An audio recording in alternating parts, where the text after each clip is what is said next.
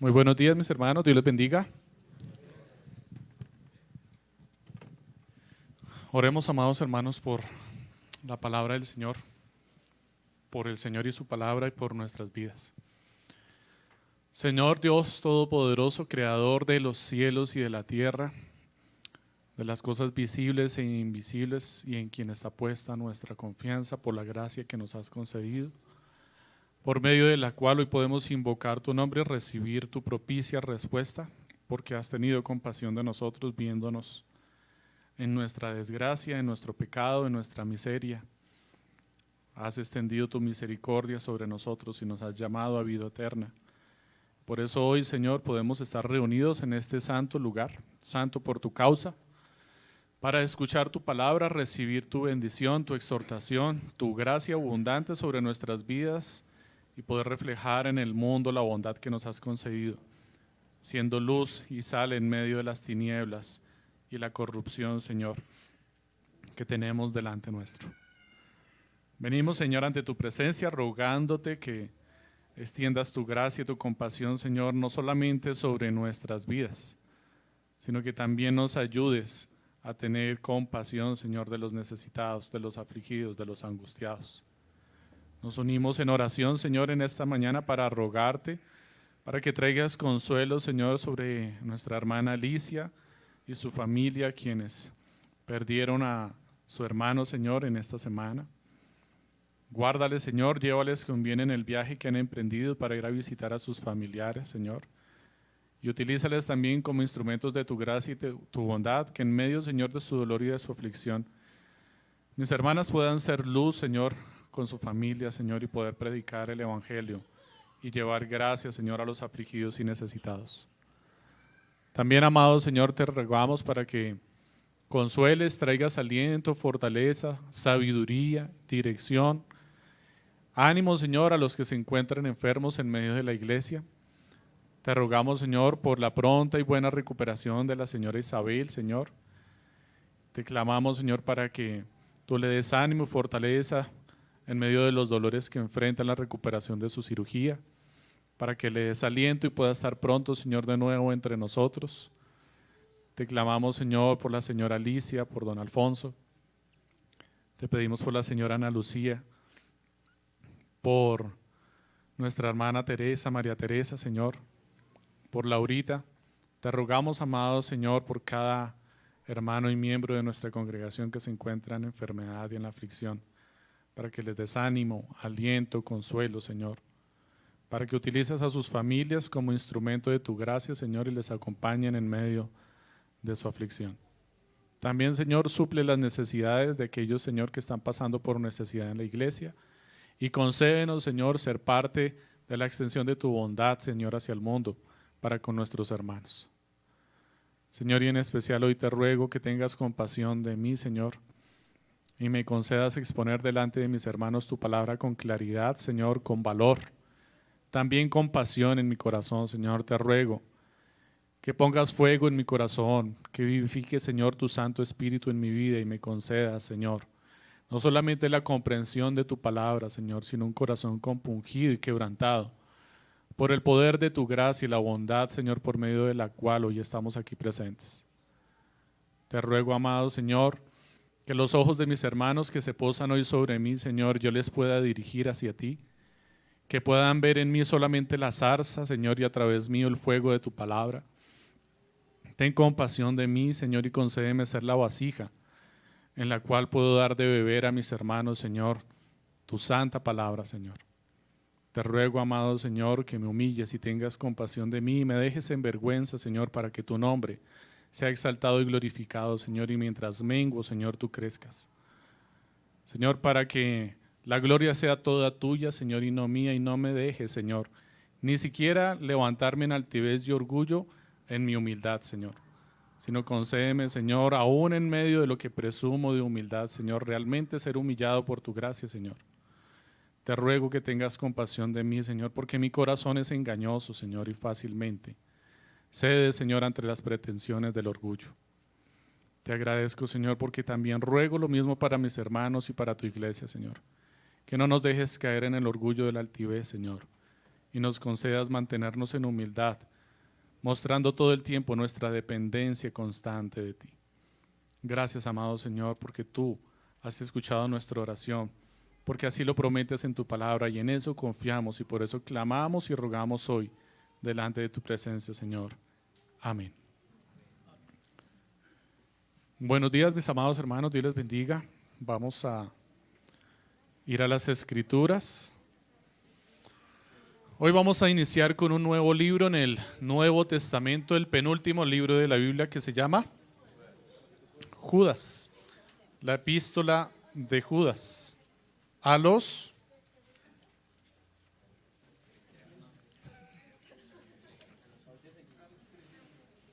Ok, muy bien, vamos a ver a quiénes está dirigida. Judas, versículos 1 y 2 del capítulo, del único capítulo que hay, ¿no?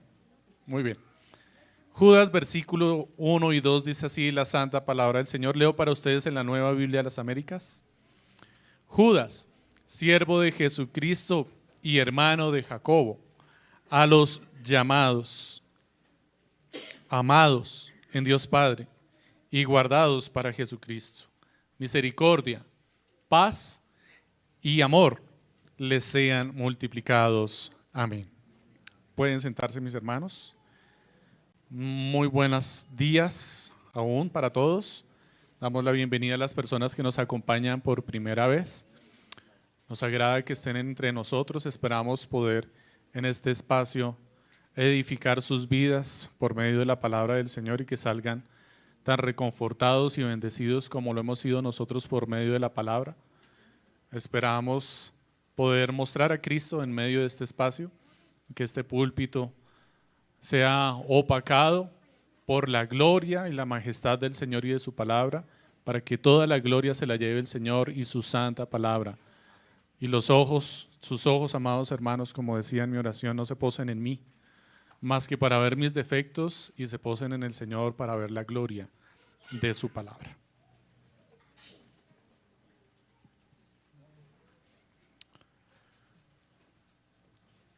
Muy bien, he puesto como título para este sermón: de burlador a defensor apasionado, haciendo referencia al autor de la carta, Judas. Esta es la epístola de Judas, dirigida a ¿quiénes? Vimos el destinatario, ¿no? ¿Quiénes son los destinatarios?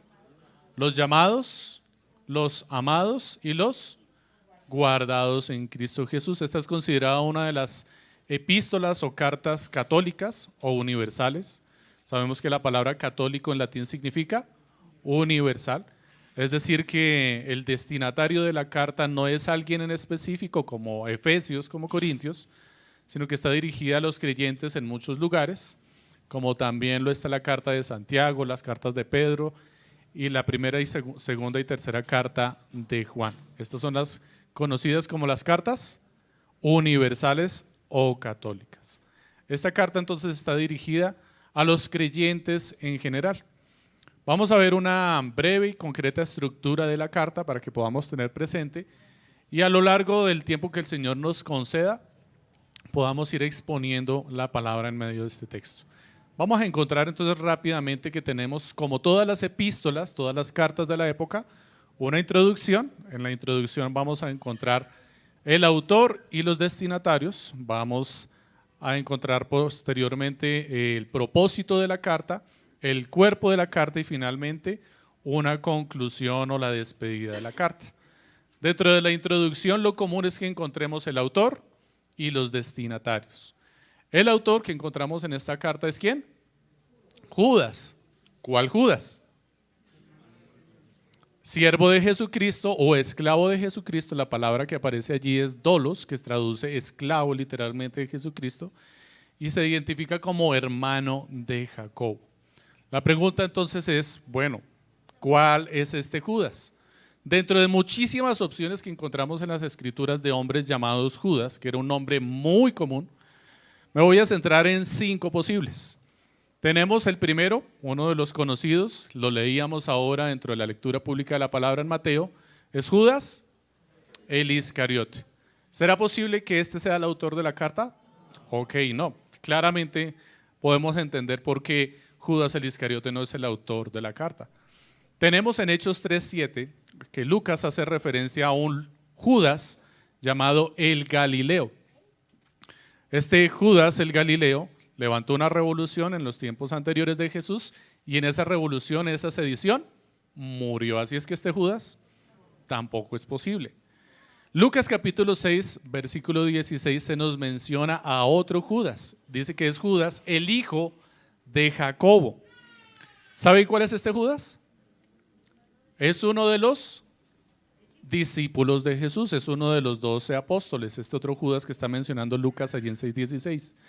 ¿Por qué puede ser o por qué no es este el Judas del que estamos hablando en esta carta? Porque este Judas es uno de los apóstoles de Jesucristo y los apóstoles de Jesucristo en sus cartas se identificaban como apóstoles de Jesucristo. Sí, también vamos a encontrar referencia específicamente de parte de Pablo, que se identifica como siervo de Jesucristo, no esclavo como lo está haciendo aquí Judas. Pero es muy poco probable que este Judas, el apóstol de Jesucristo, haya sido el autor de la carta, porque además este Judas es hermano de Jacobo y no hijo de Jacobo. Entonces no es el apóstol Judas el que escribió la carta. Nos queda Judas llamado Barsabas. Este no es demasiado mencionado en las Escrituras y por causa de su impopularidad no es muy posible que sea, porque Judas, cuando menciona solamente su nombre Judas, asume que como la iglesia es amplia la que está dirigiendo la carta, todos van a saber de quién se trata. Y como Judas Barsabas no era muy conocido, seguramente habría tenido que dar más referencias para que lo identificaran, así es que lo más seguro es que no sea Judas Barsabas. Nos queda entonces, ¿cuál Judas? Nos queda el Judas de la epístola que está identificado como hermano de Jacobo, y este Jacobo es el mismo escritor o el mismo autor de la carta que se llama la epístola de Santiago. Y ahí se empezó a rodar la pita. Usted dice, pero bueno, es Jacobo, es Santiago, ¿qué pasó? ¿Por qué la carta que escribe Jacobo, el hermano de Judas, se llama Santiago? Una rápida y sencilla explicación. Por la transformación que sufre el idioma a lo largo del tiempo. El nombre Santiago es en latín el santo Jacobo, que significa en latín Saint Jacob. Con el paso del tiempo estas dos palabras se juntaron y se convirtió en Santiago. Y finalmente recibió la transformación con la que nosotros lo conocemos hoy como Santiago. Así es que Santiago significa el santo Jacobo, que fue el nombre que le dio la Iglesia Católica Romana a la epístola escrita por Jacobo, el hermano de Judas. Así es que esta carta, o Judas, perdón, del que está haciendo mención esta carta, es el hermano de Jacobo, el autor de la carta de Santiago, que significa Santo Jacobo. Dice la palabra del Señor, o se menciona en las Escrituras, que este Judas, hermano de Jacobo, no gozaba de mucha popularidad y que este Judas y Jacobo además eran hermanos ¿de quién? De Jesucristo. Así es que la carta que estamos leyendo fue escrita por Judas, el hermano de Jesucristo, de lo cual Judas no quiere hacer una referencia muy directa. Él no quiere presumir de su parentesco con Jesucristo, más bien si quiere presumir del parentesco que tiene con su hermano Jacobo, y tiene una muy buena intención para esto. Y espero poder explicar o llegar a ese punto en el desarrollo del sermón. Entonces tenemos eso como la introducción de la carta de Judas. Después tenemos los destinatarios. Los destinatarios aquí no se les identifica con una posición geográfica, sino más bien con una posición teológica. Judas los identifica y los define teológicamente. ¿Cómo los define Judas? Ya lo mencioné anteriormente. Los define con una tripartición o con tres palabras, que de hecho para el desarrollo de la carta de Judas va a ser muy común.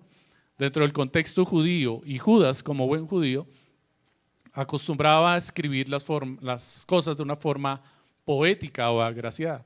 Y era muy común que ellos utilizaran quiasmos en medio de la escritura, una figura poética, una figura literaria. Estos quiasmos se pueden componer de diferentes formas. Y aquí vamos a encontrar diferentes tipos de quiasmos. Quiero que revisemos nuevamente el texto y podamos ver una referencia, una división que Judas va a utilizar muchas veces durante la carta, y es la división en grupos de 3. Entonces vamos a encontrar que él se identifica como Judas, además como siervo de Jesucristo y además como hermano de Jacobo. Va a dirigir su carta ¿a quién? A los llamados, amados en Dios el Padre y guardados para Jesucristo. De hecho, ahí podemos también entender o comprender que si los amados son en Dios Padre y los guardados son para Jesucristo, entonces ellos son llamados por el Espíritu Santo.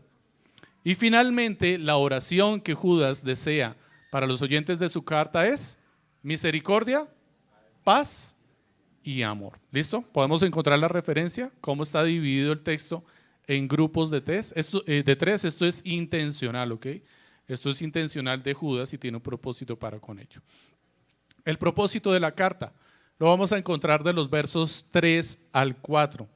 ¿Cuál es la intención que Judas tiene para escribir la carta? Dice: amados, por el gran empeño que tenía en escribirles acerca de nuestra común salvación, he sentido la necesidad de escribirles ¿para qué? Exhortándoles a luchar ardientemente por la fe, que de una vez para siempre fue entregada a los santos. Pues algunos hombres se han infiltrado encubiertamente, los cuales desde mucho antes estaban marcados para esta condenación, impíos que convierten la gracia de nuestro Dios en libertinaje y niegan a nuestro único soberano y Señor, Jesucristo. Entonces, ¿cuál es el propósito de la carta? Exhortar a la iglesia para que contiendan ardientemente por la fe y cuiden la iglesia ¿de quiénes?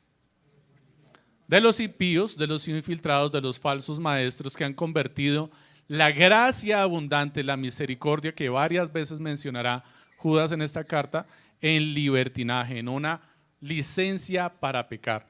¿Sobreabunda la gracia entonces? Que sobreabunde el pecado sería el lema de estos hombres, pero esa no es la verdad que Judas quiere enseñar a la iglesia. Encontramos después el cuerpo de la carta. ¿Qué encontramos en el cuerpo? En donde Judas va a desarrollar y argumentar el propósito de su carta, y el cuerpo lo encontramos desde el versículo 5 hasta el 23. Finalmente, vamos a encontrar en la conclusión, en el capítulo 24 y 25, lo común a una epístola. ¿Qué es lo común a una epístola? Una despedida, ¿cierto? Una salutación final. Pero ahí es donde llega la excepción, porque la carta de Judas no tiene una despedida final. Judas decide cerrar con una doxología, con una bendición al Padre, dando glorias a la Trinidad por causa del conocimiento que el Señor le ha concedido. Además de esto, dos cosas podemos evidenciar con claridad a lo largo de la Escritura. ¿Cuáles son esas dos cosas? Que una cosa es el testimonio de un creyente y la obra del Espíritu Santo en su vida, y otra cosa es lo que presume un incrédulo y la obra del Espíritu Santo que presume en su vida. Y Judas quiere dejar marcado y claro estos dos eventos. Mientras que el creyente entiende como la obra del Espíritu Santo, la gracia, la misericordia, la bondad, el evangelio y la humildad en su vida, esconderse en Cristo Jesús para que Cristo resplandezca y no él, estos hombres que se infiltraron en la iglesia llaman llenura del Espíritu Santo y presumen de la llenura del Espíritu Santo a toda experiencia espiritual que involucre ángeles o cosas sobrenaturales. Por eso vamos a encontrar en esta carta, y al igual que en la segunda carta de Pedro, se hace una mención desmedida de los ángeles y la intervención dentro de la creación. Y se citan dos libros extrabíblicos. ¿Saben qué libros extrabíblicos se citan aquí? Y no por citarlos significa que Judas los esté aprobando. El libro de Enoc y el libro de la Asunción de Moisés. Y Judas cita estos libros precisamente porque estos son los libros que están utilizando estos falsos maestros para presumir de su experiencia espiritual y de su condición espiritual acerca de la relación que mantienen con los ángeles. Citan este texto y la relación que tienen con los ángeles, y ellos presumen de sueños en donde reciben revelación de parte de Dios, en donde ven ángeles. Y esa revelación es superior a la de las Escrituras y quieren desviar a la iglesia del conocimiento de la verdad y traerlos hacia sus enseñanzas vanas, fundamentadas en mentiras, en la presunción que ellos tienen, y se fundamentan en estos dos libros que no son bíblicos. Judas, para contradecirles, para poder dejar claro muy bien la falsedad de su argumento, utiliza los mismos textos y de los mismos textos les muestra que aún estos textos, estando errados en esas consideraciones, ellos ponen en evidencia que el propósito de los textos al mencionar las experiencias espirituales es la condenación que hay sobre los ángeles que se mencionan allí y la relación que tienen los hombres que presumieron de la relación con los ángeles. Y eso es lo que se menciona allí en Enoc, en la experiencia con Moisés, el caso de Sodoma y Gomorra, y más adelante ponen los otros ejemplos como el de Balán y el desierto, cuando estuvieron divagando en el desierto y fueron muertos por causa de su rebeldía. Este es el propósito por el cual entonces Judas menciona estos libros. Quiere dejar clara una diferencia entre la verdadera condición espiritual de un creyente y de alguien que presume ser lleno del Espíritu Santo por medio de experiencias místicas, como puede ser hoy en día el hablar en lenguas, el recibir la profecía, tuve una visión, recibí un sueño, me tomé un tinto con Dios, un ángel me visitó. Cualquier cosa de estas supraespiritual que parece llamar la atención de todos y uno diría, wow, este hombre tiene una relación pero impresionante con Dios y hasta los ángeles le visitan. Pues no es así. Realmente lo que significa ser lleno del Espíritu Santo es lo que Judas nos quiere mostrar aquí en su carta. Y lo va a hacer desde el llamado, lo va a hacer desde el primero y segundo versículo cuando hace la introducción. Judas quiere dejar claro quién es realmente un creyente que vive en el Espíritu y nos lo muestra por la forma en la que llama o trata a los creyentes. Ese es el propósito que tiene Judas aquí desde el principio. Podemos ver entonces dos testimonios diferentes en la carta. Uno es el testimonio de Judas y otro es el testimonio de los incrédulos o llama impíos, a los que llama también Judas, de hecho, que tengan compasión y los arrebaten del fuego como un tizón para que el Señor les conceda gracia y los pueda salvar. Judas no desea pues que estos hombres se pierdan, pero si es necesario condenarles y apartarles de la iglesia, tampoco le tiembla la mano para hacer declaraciones contundentes sobre ellos. ¿Cuáles son estos testimonios? ¿Cómo es que Judas expresa el testimonio de su vida y la obra del Espíritu Santo en su vida? Con 3 palabras, nuevamente con 3 palabras. ¿Cuáles son esas 3 palabras? Llamados, amados y guardados. Judas considera que un creyente es alguien que ha sido llamado, alguien que es amado y alguien que es guardado. Y utiliza estas 3 palabras, 2 verbos y un adjetivo. De hecho, el adjetivo, que es la primera palabra, llamado, tiene características de verbo dentro del texto original. Y los 3 se encuentran en pasivos. Si se dan cuenta, no es algo que el creyente pueda hacer, más bien es algo que el creyente recibe. Son llamados, son amados y son guardados, dejando claro que la obra del creyente, la vida del creyente, no es algo que él pueda hacer o de lo que pueda presumir, sino más bien es algo de lo cual debe humillarse porque todo lo ha recibido de parte de Dios. ¿Cómo vamos a desarrollar estos 3 puntos? Vamos a desarrollarlos o a comprenderlos dentro del testimonio de la vida del mismo Judas. Así es que vamos a ver la primera parte. El primer punto va a ser un pasado vergonzoso, el segundo un presente confortante y el último un futuro tranquilo. Un pasado vergonzoso porque vamos a ver quién era Judas en su pasado. Un presente confortante porque vamos a ver cómo Judas se entiende ahora como creyente, y un futuro tranquilo porque veremos la expectativa que Judas tiene de su futuro con respecto a quienes están en su alrededor, específicamente Jesús y su hermano Jacobo. Dice Mateo capítulo 13, versículo 55. ¿No es este el hijo del carpintero? ¿No se llama su madre María y sus hermanos Jacobo, José, Simón y Judas? Aquí está entonces Judas con su hermano Jacobo. Entonces encontramos la referencia a quién es Judas, del que estamos hablando, que es hermano de Jacobo. De estos que están hablando aquí se hace referencia en Juan capítulo 7 versículo 2. Dice: desde el versículo 2 al 5. La fiesta de los judíos, la de los tabernáculos, estaba cerca. Por eso los hermanos de Jesús le dijeron: sal de aquí y vete a Judea para que también tus discípulos vean las obras que tú haces, porque nadie hace nada en secreto cuando procura ser conocido en público. Si haces estas cosas, muéstrate al mundo, porque ni aún sus hermanos creían en él. Me recuerda mucho la historia de alguien que tenía puesta su convicción en el Señor y tenía varios hermanos, unos hermanos que se burlaban de él por causa de la revelación que recibía de parte de Dios. ¿Qué estaban haciendo estos hermanos con respecto a Jesús? Se estaban burlando de él. La vida pasada de Judas se componía de la burla que tenía hacia su hermano Jesucristo. Ni siquiera creía en él. Le decían: no, pues tú dices que tiene la revelación y presumes de conocimiento, pues ¿por qué no te das a conocer al mundo? Sal al mundo. Ellos estaban esperando como que se desanimara y no lo hiciera, o que saliera y quedara frustrado porque no le fuera bien, porque no creían que él fuera el Hijo de Dios. Y es extraño, ¿no? Porque eran sus hermanos, crecieron con él, le conocieron, pudieron haber visto la gracia de Dios en su vida. De hecho, es muy curioso que, hablando de ángeles, y tanto que Judas habla de ángeles, para ponernos en evidencia que haber tenido experiencias con ángeles no es algo que identifique nuestra relación espiritual con Dios, Judas sí podría haber decidido que tenía conocimiento de experiencias espirituales con ángeles. ¿Por qué?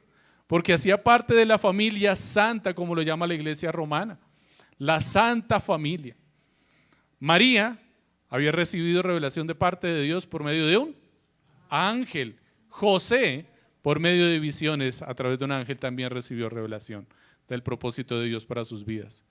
Judas era parte de esta familia y él podía decir: bueno, ustedes me vienen a hablar a mí de experiencias con ángeles porque leyeron 2 libros y nunca han tenido una experiencia con ángeles, pues yo sí tengo autoridad para hablar del tema. Y sin embargo, no lo voy a mencionar. No importa, no es el punto. Aquí lo importante son 2 cosas y Judas las deja claro en su presentación. Yo soy Judas, el hermano de Jesucristo. Me burlaba de él. Él es mi Señor y Jacobo tiene más gloria que la mía. Es lo que Judas quiere dejar claro. Una relación espiritual verdadera con el Señor radica en la humildad, radica no en la presunción del conocimiento de la experiencia espiritual o la cantidad de dones que el Señor pudiera darme, más bien en el servicio humilde detrás de bambalinas que podamos presentar al Señor. Marcos capítulo 3:21 nos pone más en evidencia cuál era la relación que Judas tenía con Jesús antes de llegar a la fe. Cuando sus parientes oyeron esto, fueron para hacerse cargo de él porque decían: está fuera de sí. ¿Quiénes decían que estaba loco? Los hermanos de Jesús decían acerca de él que él estaba loco, y entre ellos estaba Judas. Si tú eres creyente, debes tener un pasado como el de Judas, un pasado que te avergüence. Hazte esa pregunta, mi amado hermano. ¿Tú tienes un pasado que te avergüence? Si tú no tienes un pasado que te avergüence, tal vez estés como David después de pecar con Betsabé, incauto de la situación. Él estaba tranquilo, pero aquí no ha pasado nada, no hay ningún problema. Su pecado se hizo evidente hasta que llegó el profeta, hasta que el profeta le puso en evidencia la perversión de su corazón y se dio cuenta de la calidad, del tamaño de su pecado. Si tú no tienes un pecado que te avergüence, entonces ¿de qué te has arrepentido?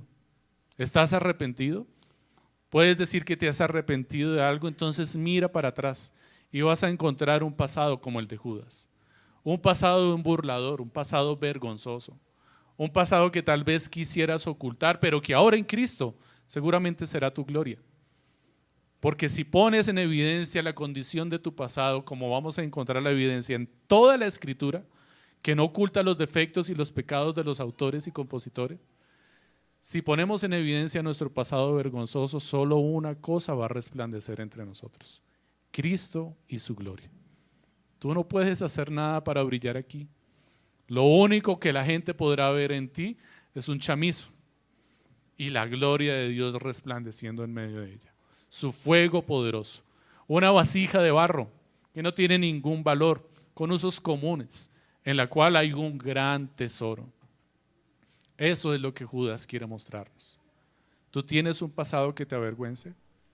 Tal vez no tengas que devolverte hasta tu pasado antes de Cristo. Solamente tal vez te tengas que devolver hasta el día de ayer. Porque seguramente si eres un creyente, hoy tienes algo de que arrepentirte con respecto al día de ayer. Ayer tal vez hiciste algo vergonzoso delante del Señor, pecaste contra el Señor. Tal vez es un pecado que solamente tú conozcas. Pero hoy en día tu relación con ese pecado debe ser vergonzosa. Debes estar avergonzado. ¿Tienes algo de qué avergonzarte hoy con respecto al día que viviste ayer? A lo que hiciste o tal vez dejaste de hacer, a lo que viste o tal vez omitiste para no asumir responsabilidad. ¿Tienes algo vergonzoso que ocultar en este momento, mi hermano? Si tienes algo vergonzoso que ocultar, el Señor está operando en tu corazón con gracia, abundante gracia, como Judas mismo lo menciona en la oración que expresa en el versículo 2. Deseo que sea multiplicada la misericordia. El Señor está multiplicando mucha misericordia sobre tu vida porque no está dejando que tu vida siga igual. Te está mostrando que el día de ayer es diferente al de hoy porque hoy has avanzado. Y has avanzado porque has reconocido tu condición pecaminosa, has salido de ella y has dado un paso adelante. Eso significa que mires atrás y encuentres vergüenza en tu pasado. ¿Eres como Judas? ¿Un burlador de Jesucristo? Pues gloria a Dios, el Señor ha tenido mucha compasión de ti. Si eres creyente, debes saber que no estás hoy en la fe por tus acciones, sino por la acción de aquel que te llamó. Tú no eres el que te ha traído hoy a este lugar, ha sido el que te llamó. Hoy estás aquí porque alguien te llamó, porque el Señor te ha llamado. Y es lo que Judas quiere mostrarnos en la primera parte, en donde identifica a sus destinatarios. Ellos son llamados. Yo soy Judas el burlador y he sido llamado por el Espíritu de Dios. Es curioso que es tan obvio, que cuando alguien ha sido llamado, ha dejado un lugar para desplazarse a otro lugar, pero es necesario mencionarlo porque aquellos que presumen en estar en el Espíritu no logran verlo, no logran darse cuenta. Aquellos que presumen estar en el Espíritu creen que siempre están en el mismo lugar, pero aquellos que han sido llamados por el Señor entienden que un día estaban en un estilo de vida diferente y hoy están en otro lugar porque fueron llamados. Salieron de ese lugar porque alguien les llamó. Salieron de Egipto, va a decir Judas más adelante, porque el Señor les llamó a servirle. Si el Señor no les hubiera llamado, ellos no hubieran salido. Esto es obvio. Usted está diciendo, pero ¿por qué patina tanto en eso? Ya, adelante, siga. Pero es tan obvio que lamentablemente aquellos que se encuentran enceguecidos por el pecado y en el falso espíritu, no lo ven. No entienden que la condición del verdadero creyente es que ha sido llamado por Dios. Ellos no fueron a buscar a Dios, Dios fue a buscarles. Ellos no salieron de Egipto a buscar a Dios al desierto. Dios descendió de los cielos y fue a ellos para buscarles y sacarlos de su condición de pecado. Ellos clamaban y rogaban a Dios y decían, Señor, ten misericordia de nosotros por causa de la esclavitud, pero no por causa de que quisieran a Dios. Pero Dios tuvo compasión de ellos y les dio las dos cosas. Los sacó de la esclavitud y se entregó a ellos mismos para morar con ellos en un tabernáculo. Ese tabernáculo eres tú, por cierto, ¿no? A eso nos ha llamado el Señor. La palabra que Judas utiliza aquí para llamar en griego es la palabra kalein. Perdóname que utilice estos términos específicos, pero hay una gran razón para hacerlo. Esta palabra kalein tiene tres grandes usos en la Escritura y los tres usos que tiene en la Escritura están involucrados en esta porción de la Escritura. El primer uso que se le da a la palabra kalein es para convocar. Cuando se llama a una persona a una misión o a un deber. Y esta palabra llamado involucra una gran responsabilidad.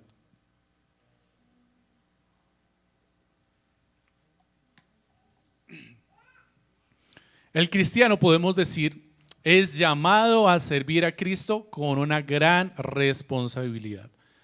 El Señor nos ha llamado para servirle y la causa o la relación que tenemos con el servicio a nuestro Señor, según el primer uso de la palabra llamado, es responsabilidad. Otro uso que se le da a la palabra llamado en la Escritura es invitación. Esta palabra es utilizada cuando alguien es llamado o invitado específicamente a una fiesta, a una celebración, a una ocasión alegre. Así es que entendemos con claridad que también el Señor nos ha llamado, o más bien, nos ha invitado a servirle a Cristo con alegría. Entonces, el Señor nos ha llamado a servirle con responsabilidad.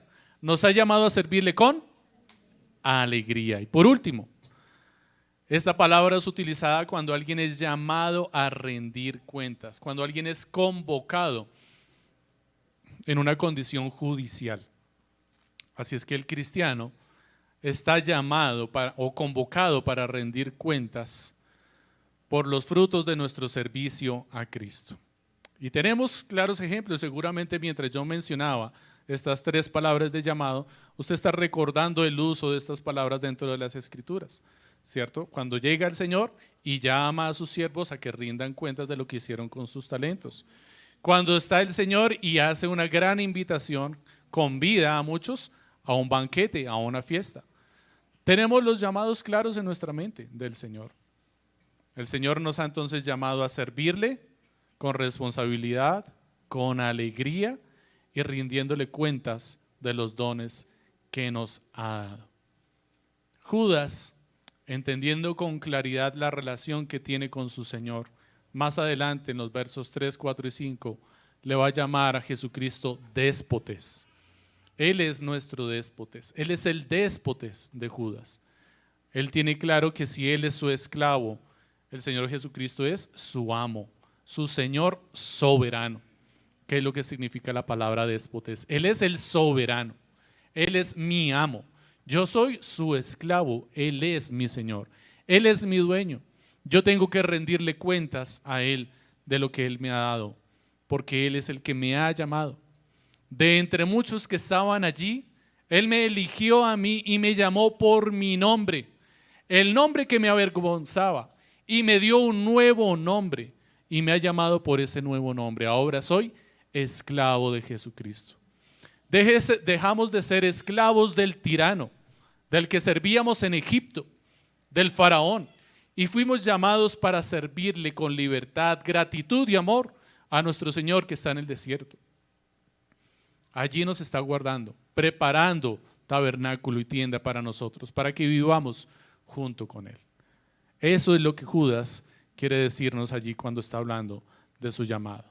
Una última característica de esta palabra llamado es que la palabra que se utiliza allí como llamado en sus tres usos comunes en la Biblia, para los tres es irrevocable. No se puede rechazar este llamado, no se puede negar. Y encontramos ejemplos claros de que aquel que rechaza el llamado de parte del Señor a disfrutar del banquete, a rendir cuentas o a servir al Señor, recibe consecuencias graves para su vida. Es echado fuera, allí será el crujir de dientes, le será quitado lo que tiene y será repartido el que tiene más. Porque este llamado no puede ser menospreciado. En medio de un tiempo vergonzoso y miserable, el Señor nos mostró misericordia, llamándonos con poder. Eso es lo que podemos ver en la vida de Judas. El testimonio de un verdadero creyente expone su condición vergonzosa y resplandece la gran misericordia de luz, mostrando de dónde lo sacó y a dónde lo llamó, a dónde lo llevó. Por esa causa tenemos entonces un presente confortante. Llegamos al presente. El segundo punto. Ahora Judas se describe a sí mismo como dolos, esclavo de Jesucristo, y llama a su hermano déspotes. ¿Cuál es su hermano? Jesucristo, su amo, su Señor, el soberano. Efesios 1:5 habla acerca del amor. La primera característica que Judas describe de los destinatarios de la carta, perdón, es llamados. La segunda es amados. Efesios 1:5 dice, por su amor nos predestinó para ser adoptados hijos suyos, nos llamó, nos preparó de antemano. ¿Por qué lo hizo? ¿Qué termina el versículo diciendo? Según el puro afecto de su voluntad. Gracias a Dios, gracias al Padre, somos amados por el Padre por causa del Padre, no por causa nuestra. Si fuéramos amados por causa nuestra, qué terrible sería para nosotros. Todo el tiempo estaríamos preguntándonos, ¿será que sí soy salvo? ¿Será que el Señor sí me ama? Porque cada rato es evidente que estamos pecando y tropezando. Si dependiéramos de nuestro esfuerzo, capacidad, virtud o presunción, seríamos miserables. No podríamos tener un presente tranquilo. No estaríamos confortados, todo el tiempo estaríamos angustiados, porque estaríamos cuestionándonos y diciéndonos, ¿pero qué he hecho yo para que el Señor me ame? Y el Señor nos puede responder con su palabra, no tienes que hacer nada para que yo te ame. Te amo por causa mía. Te amo porque ese es mi nombre y no me niego a mí mismo. Yo soy amor. No necesito que hagas o dejes de hacer para amarte. Te he llamado y te he capacitado por causa del amor que tengo hacia ti y no depende de ti. Y Judas lo tenía muy claro. Imagínense el hermano de Jesucristo que se burlaba de él. No sabemos nada de su relación anterior de cuando eran niños, pero seguramente Judas miraba hacia atrás y recordaba todo lo que había hecho. Porque sí tenemos evidencia de lo que hacían los hermanos de José con José. Así es que no es fácil llegar no es difícil llegar a la conclusión. Y sin embargo Judas entiende que él ha sido llamado y amado por su Señor, independientemente de lo que había hecho. Su pasado vergonzoso quedó atrás. Ahora puede vivir un presente para Cristo, un presente confortante. Efesios 2, del 4 al 5. Pudiéramos tener presente en nuestras casas leerlo hasta el 9. Aumenta más. Dice, pero Dios, que es rico en misericordia, la misericordia que Judas está deseando que sea multiplicada, por causa del gran amor con que nos amó, aun cuando estábamos muertos en nuestros delitos, nos dio vida juntamente con Cristo. Por gracia, ustedes han sido salvados. ¿Qué es gracia? Es misericordia desmensurada. Cantábamos ahora sublime gracia del Señor. Y no nos es de impresionar que este himno lo haya compuesto un hombre que comprendió el tamaño de la misericordia del Señor y lo escribió de una forma hermosa y poética. La misericordia abundante del Señor es una sublime gracia. Porque yo siendo un perseguidor, yo siendo un asesino, siendo un amo, un déspotes de esclavos, un tirano, he venido ahora a ser libertado para ser esclavo de mi Señor. Esta fue la vida del compositor de Sublime Gracia, ¿no? Vivió toda su vida traficando esclavos desde África y terminó siendo esclavo. Es extraño, es curioso, pero este es el tamaño de la gracia. Que alguien que todo el tiempo estuvo martirizando y esclavizando a las personas y comercializándolas, un día termine siendo esclavo de alguna forma voluntaria porque el Señor le llamó y transformó su corazón y entendió realmente qué era ser esclavo de Cristo y entendió que ahí estaba la libertad. Ahora vive para traer libertad a otros, para llevarlos a la esclavitud de Cristo. El dolos que Judas entiende y tiene muy claro. Isaías 43:25 dice, yo soy el que borró tus transgresiones. ¿Y por qué lo hice? Dice el Señor. Por amor a mí mismo y no recordaré tus pecados. Nuevamente el Señor nos recuerda y nos dice, es por amor a mí mismo que yo te amo y he perdonado tus pecados. He olvidado tu pasado vergonzoso. Ya no te veo más como Judas. Ahora eres esclavo de Jesucristo. Ahora él es el hermano de Jacobo. ¿Tienes un pasado vergonzoso que ocultar? Libérate de ese pasado, mi hermano. Tú que me estás oyendo hoy por primera vez, libérate de ese pasado vergonzoso y sácalo a la luz. Entrégaselo al Señor, porque ahora ese pasado vergonzoso es tu gloria. Es lo que te debe reconocer e identificar delante de los demás. Ese pasado vergonzoso es leña para el fuego que tiene el Señor para tu vida, para la gloria que el Señor quiere traer a tu vida. Ese pasado vergonzoso es esa zarza que se está consumiendo allí, en la que se ve el fuego constantemente, y lo que llama la atención es que Él no destruye tu vida y tú no te consumes. Sin embargo, Él resplandece en medio de tu miseria. Ese es el testimonio que debes presentar al mundo. Es lo que Judas está haciendo. Una verdadera relación espiritual parte del reconocimiento de nuestra condición pasada, de nuestras vergüenzas pasadas, aún de las del día de ayer, delante de nuestro Señor, para que muchos puedan ver que si algo somos, no es por nosotros, sino por la gloria de Cristo que resplandece en nosotros. Así es que, mi hermano, si algo puedes ver en mí, te doy gracias, y le doy gracias a Dios, porque lo único que tienes aquí delante es un chamizo flaco, un chamizo enjuto. Es solamente la gloria de Cristo que puede resplandecer a través mío. Y quisiera que tú pudieras hacer lo mismo en tu vida. Es que no hay más que hacer aquí. Esto es gracia abundante, es misericordia que abunda. Es un amor que no se puede medir. La conclusión a la que Judas dice es tanta misericordia que sobra.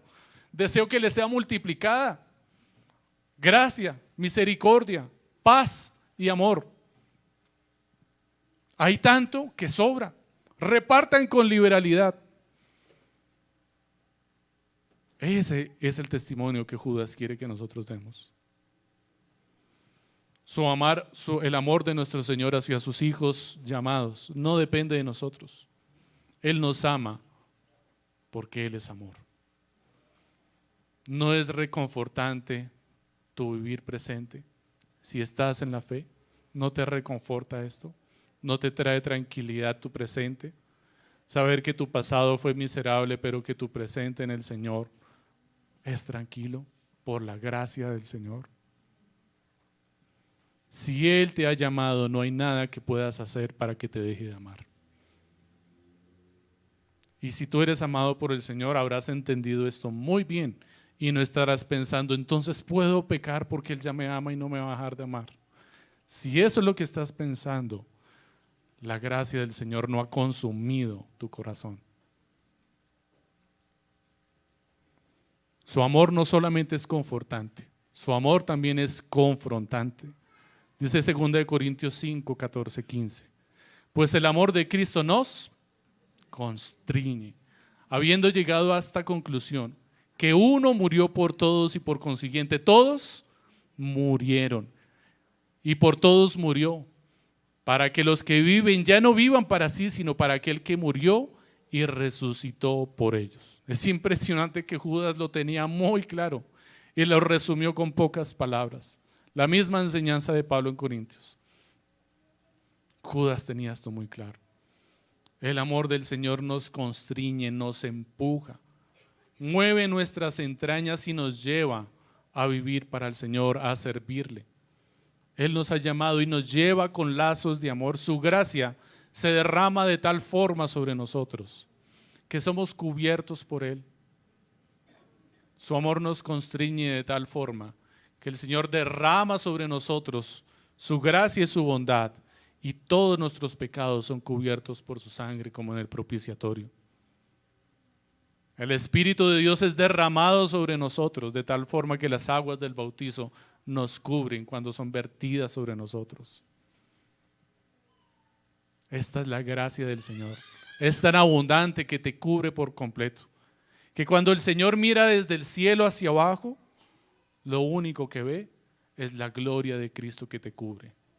Ya no ve tus pecados, ya no ve tu corrupción, no ve tu pasado vergonzoso, no ve las burlas que levantaste delante de los creyentes que te predicaron muchas veces. Ve gracia. Te ve como un creyente, ve a Cristo en ti. De hecho, en eso concluye Judas, ¿cierto? Guardados para Cristo, guardados en Cristo. Él es la roca en la cual estamos guardados. Somos amados porque estamos en el Padre, llamados del mundo para estar amados en el Padre y guardados en el Hijo. Y si estamos guardados en el Hijo, esto nos lleva a un futuro tranquilo. ¿Por qué tenemos un futuro tranquilo? Tuvimos un pasado vergonzoso, tenemos un presente confortante porque el Señor nos ama, nos ha amado, y tenemos un futuro tranquilo porque Jesucristo nos guarda, en Él estamos guardados. Judas se presenta como hermano de Jacobo. Entonces ya vimos, él es Judas primero, después es el esclavo de Jesucristo como el amado, y ahora él es el hermano de Jacobo, como aquel que está guardado en Cristo. Se da cuenta que Judas aquí se está presentando como alguien que tiene una gloria mayor que la de él. Está citando a su hermano Jacobo, quien sí era muy conocido. La Escritura dice acerca de Jacobo que era uno de los importantes en la iglesia, una de las columnas en la iglesia. De Judas tenemos este relato humilde de un solo capítulo. Judas decía: yo no quiero mucho protagonismo. Si yo tengo algo que decir a la iglesia, lo voy a decir porque amo la iglesia y creo que la iglesia tiene la necesidad de escucharlo, pero yo no quiero el protagonismo. Es más, es tan impactante la humildad de Judas en realidad, que si usted tal vez hizo la tarea y leyó la segunda carta de Pedro, se va a dar cuenta que son idénticas. Que fácilmente todo el contenido de la carta de Judas cabe en la carta de Pedro. La pregunta sería entonces, ¿para qué la carta de Judas si el mismo mensaje está en la carta de Pedro? Porque hay un énfasis completamente diferente en la carta de Judas, aunque utilice los mismos textos y las mismas citas. Judas quiere dejar claro que la verdadera unción del Espíritu de Dios no es presumir de los dones, de las lenguas y de los ángeles, sino de humildad. Y ten cuidado, porque si presumes de humildad, ya caíste en orgullo, ¿no? La humildad es muy esquiva, ten cuidado. Resulta extraño que alguien, un judío en particular, se presente como hermano de alguien y no como hijo de. Lo normal entre los judíos es que se presentara como David, hijo de Isaí, Isaac, hijo de Abraham. Eso es lo normal. Pero ¿qué está haciendo Judas aquí? Yo soy Judas, el hermano de Jacob. Hay algo extraño en la presentación que Judas está haciendo de él. Y no es común en las Escrituras, pero lo vamos a encontrar en otra ocasión. Andrés se presenta de la misma forma. Andrés, hermano de Simón Pedro. Y como que tienen lo mismo en mente, ¿no? Viven a la sombra de un hermano que tiene más gloria que ellos. Pedro, sabemos todos quién es Pedro. Seguramente usted todavía se está preguntando quién es Andrés. Sí lo recuerdan, ¿no? El hermano de Simón Pedro, uno de los discípulos de Jesucristo. Pues Judas quiere hacer lo mismo acá. Él quiere estar a la sombra de su hermano Jacobo. Él quiere mantenerse allí escondido, humilde, guardado en Jesucristo. Él sabe que está allí guardado en Él. Y esa es la convicción y su esperanza futura. No importa el éxito que tengan los demás a su alrededor. Él sabe que está guardado en Cristo. Nada de lo que él pueda hacer, alcanzar o lograr en la vida va a superar lo que ya tiene en Jesucristo. Si yo ya estoy guardado en Jesucristo, tenga o no tenga, logre éxito o no lo logre, nada va a cambiar lo que me espera en la gloria. Estoy guardado en Cristo, ¿y qué me espera en la gloria? Gloria, eternidad. Así lo menciona más adelante en el versículo 19 Judas. Y él está confiado en la gloria que le espera en la eternidad, porque sabe que está guardado en Cristo. Él sabe que no tiene que salir a relucir, así es que se va a esconder a la sombra de aquellos que están brillando y quiere darles más luz, que resplandezcan ellos. Yo no quiero, mi gloria está en el futuro. Él está tranquilo con el futuro que le espera porque sabe que está guardado en Cristo. A donde vaya Cristo, Él va. Él sabe que va a ir con Él porque Cristo le lleva dentro de sí. está guardado en la roca fuerte. El nombre del Señor es torre fuerte. A ella corre el justo y está a salvo. Él sabe que ese es el nombre de su Señor y ahí está refugiado. Nadie le podrá sacar de allí. Mis amados hermanos, este es el mensaje del Evangelio. Somos llamados a dejar nuestro extravagante estilo de vida para servir humildemente y por amor a un nuevo Señor, quien nos guarda de todo mal hasta estar en plenitud de gozo. Recordemos cuál es el propósito de la carta de Judas. El propósito es advertir a la iglesia de los falsos maestros que convierten la gracia en liberalidad para pecar. Y una forma en la que nuestro Señor nos guarda es manteniéndonos atentos, manteniéndonos vigilantes. ¿Usted ha visto un vigilante? ¿Ha visto un centinela? ¿Los ha visto en la noche? Sin la intención de generar un prejuicio. Muchas veces los encontramos durmiendo. ¿Por qué? Porque no hay riesgo, porque todo a su alrededor está tranquilo. Pero si tú estuvieras como soldado prestando guardia y tuvieras un campo de batalla enfrente y en acción, ¿te dormirías? Serías un guardia vigilante, atento, despierto. Pues el Señor nos guarda poniendo circunstancias difíciles alrededor de nuestra vida. Porque cuando hay circunstancias difíciles tú estás despierto, no te duermes. Y esto es gracia, porque el Señor te está guardando, no te está dejando que te quedes dormido, porque si te duermes te caen y hasta ahí llegaste, se perdió lo que guardabas. El Señor guarda tu vida aun cuando vives situaciones difíciles, cuando estás en aflicción, cuando tus enemigos te están acechando como a David. Se describe en los salmos que no podía descansar, no dormía, no estaba tranquilo. Y cuando dormía y estaba tranquilo lo era porque sabía que el Señor estaba con él. Pero tenía a sus enemigos encima, le respiraban en la nuca. Demos gracias al Señor porque Él nos guarda trayendo circunstancias difíciles a nuestra vida para mantenernos atentos. Nos zarandea, nos mueve, nos cierne.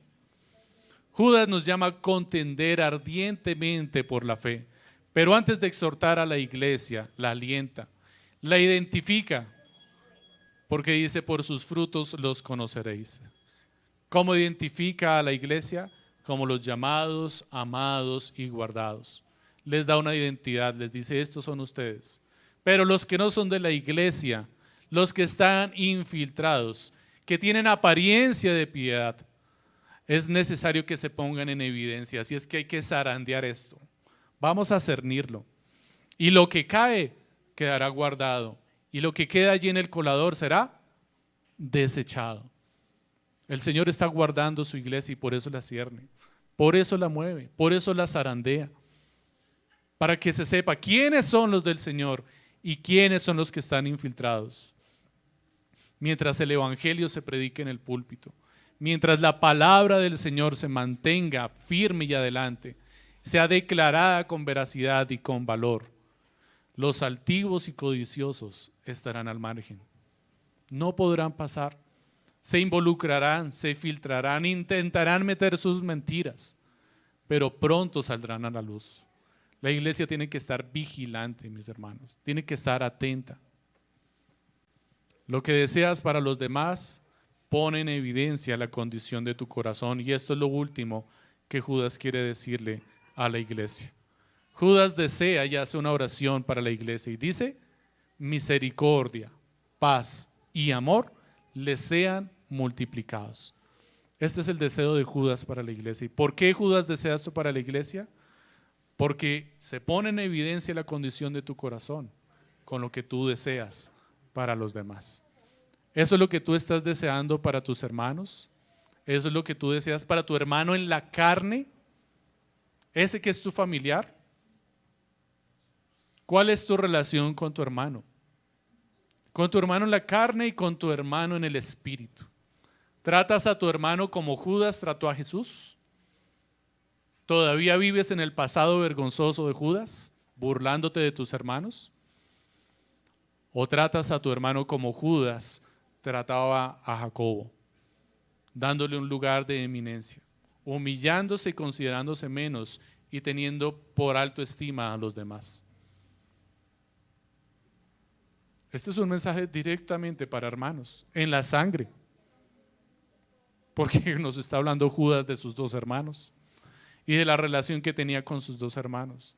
A uno lo menospreció y era el más alto de todos, y al otro lo levantó, siendo tal cual como él.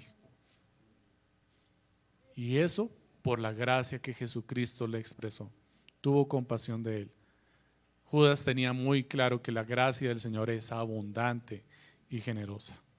Él tuvo misericordia de nosotros cuando vivíamos un pasado vergonzoso.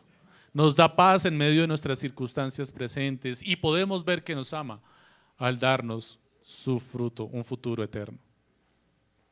La misericordia es la relación que Dios tiene con sus enemigos. Y nosotros éramos sus enemigos, muchos. Otros aún siguen siendo sus enemigos. No le quieren ver, no le soportan, no le escuchan y se burlan de él. Sin embargo, el Señor sigue teniendo misericordia de nosotros y nos muestra su gracia. Habiéndonos mostrado su gracia, nosotros podemos estar en paz. Es lo que sigue en el texto. ¿Por qué tenemos paz? Porque Él tuvo misericordia de nosotros.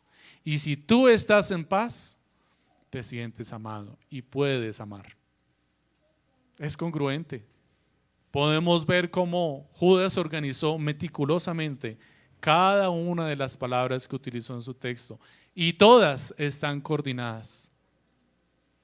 Aquí podemos encontrar una expresión que a mí me causó mucho terror en el bachillerato: trinomio cuadrado perfecto. Judas hizo aquí un trinomio al cubo perfecto. Relacionó tres ideas diferentes en tres secciones diferentes y las tres encajan perfectamente. Y esto no causa terror, esto causa alegría, esto trae satisfacción y paz.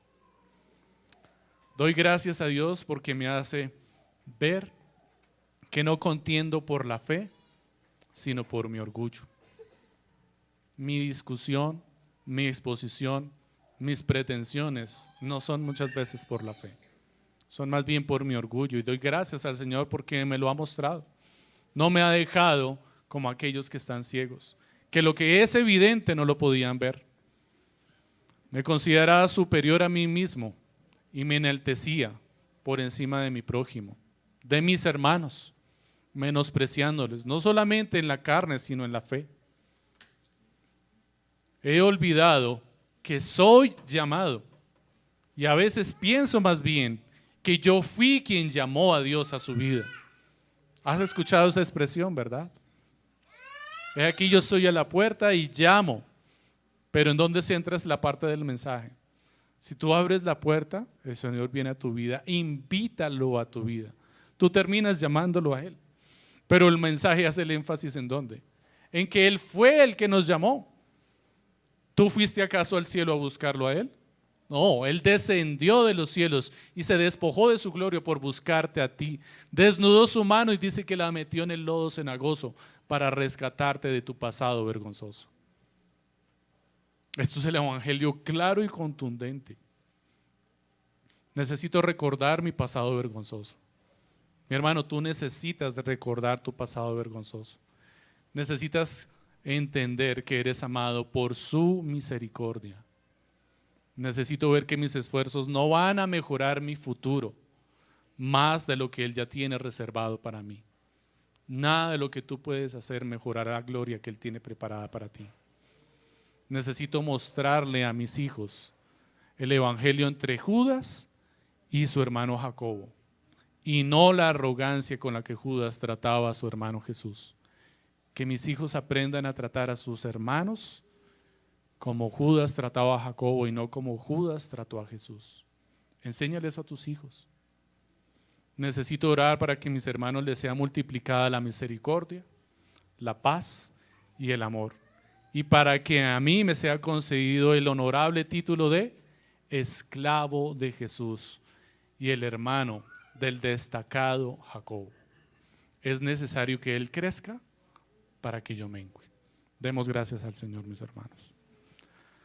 Amado Padre Celestial, te damos gracias por tu amor con el que nos amaste antes de la fundación del mundo. Santo Espíritu de Dios, te damos gracias porque tú nos has llamado a vivir para tu gloria, para la extensión del reino del Padre. Amado Señor y Dios Jesucristo, todopoderoso y soberano, te damos gracias porque en ti estamos guardados, Señor, y no hay nada que nos pueda arrebatar de tu mano. Tu mano nos sostiene, nos sustenta, Señor. Alma mía, bendice al Señor y no olvides ninguno de sus beneficios. Recuérdame, Señor, mis vergüenzas y mi pasado, para que pueda dar gloria a tu nombre y ver de dónde me sacaste y a dónde me has traído y lo que me espera, lo que estás guardando, Señor, para nosotros en la eternidad, y poder vivir tranquilos y conformes con el presente que nos has dado lleno de amor. Te damos gracias, amado Señor, porque tu gracia ha sobreabundado en medio de nosotros, Señor, y te clamamos para que podamos hacer lo mismo con aquellos que se encuentran en oscuridad, en tinieblas, confundidos, apartados, para que podamos arrebatar algunos tizones del fuego, Señor, por tu gracia y por tu poder, para tu gloria, Señor. Amén. Vamos a dar gracias al Señor, mis amados.